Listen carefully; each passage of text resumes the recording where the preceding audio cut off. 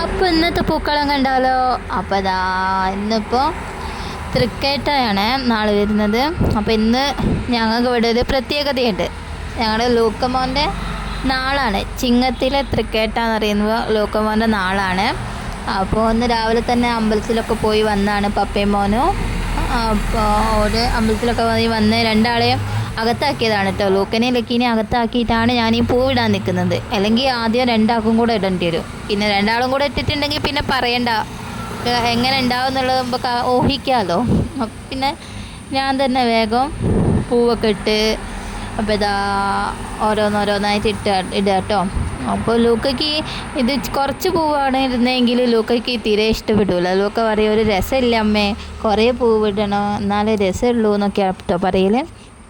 അപ്പോൾ ഞാൻ വിചാരിച്ചു ഇന്ന് ഏതായാലും കുറച്ച് നല്ല രീതിയിൽ ഇടാമെന്ന് വിചാരിച്ചിട്ട് കുറച്ച് നേരം നിന്ന് നോക്കിയൊക്കെ ഇട്ട്. പക്ഷേ ഇട്ട് വന്നപ്പോൾ ലാസ്റ്റ് കുഴപ്പമില്ല എന്നായിട്ടേ ഉള്ളൂ.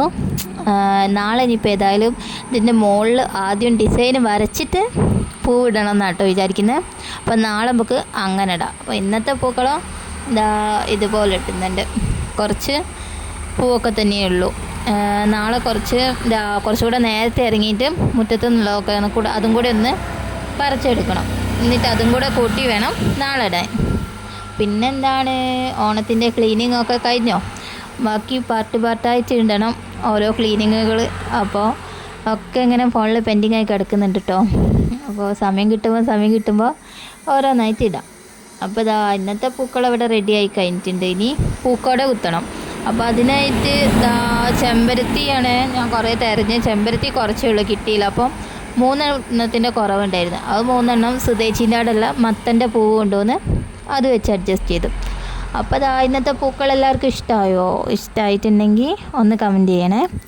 അപ്പോൾ പുതിയ വീഡിയോസൊക്കെ ആയിട്ട് വീണ്ടും വരാം. ഞങ്ങളുടെ ചാനൽ ഇഷ്ടമായാൽ ലൈക്ക് ചെയ്യുക, ഷെയർ ചെയ്യുക, സബ്സ്ക്രൈബ് ചെയ്യുക. അപ്പോൾ ഇന്നത്തെ പൂക്കളം എങ്ങനെയുണ്ട്? ലാസ്റ്റ് പൂക്കളത്തിൻ്റെ ഒരു വ്യൂ കണ്ടിട്ട് അതിൻ്റെ ഒരു റിവ്യൂ നിങ്ങൾ പറയണേ, പൂക്കളം എങ്ങനെയുണ്ട് എന്നുള്ളതിൻ്റെ.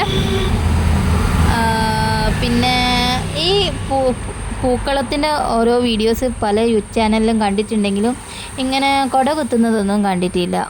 അപ്പോൾ ചിലർ ചോദിച്ചിട്ടുണ്ടായിരുന്നു അതെന്താണെന്ന്. ഞങ്ങളെ ഇവിടെ നാട്ടിൽ എല്ലാവരും ചെയ്യുന്നതാണ്. അപ്പോൾ പിന്നെ ഞാനും ചെയ്തു പോയിരുന്നു, അത്രയേ ഉള്ളൂ കേട്ടോ. അല്ലാതെ അതിൻ്റെ പിന്നിൽ എന്താ കാരണം എന്നുള്ളതൊന്നും എനിക്കറിയില്ല. എല്ലാവരും ചെയ്യുന്നു.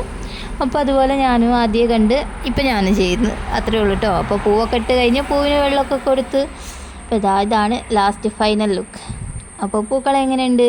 അപ്പോൾ ബായ്.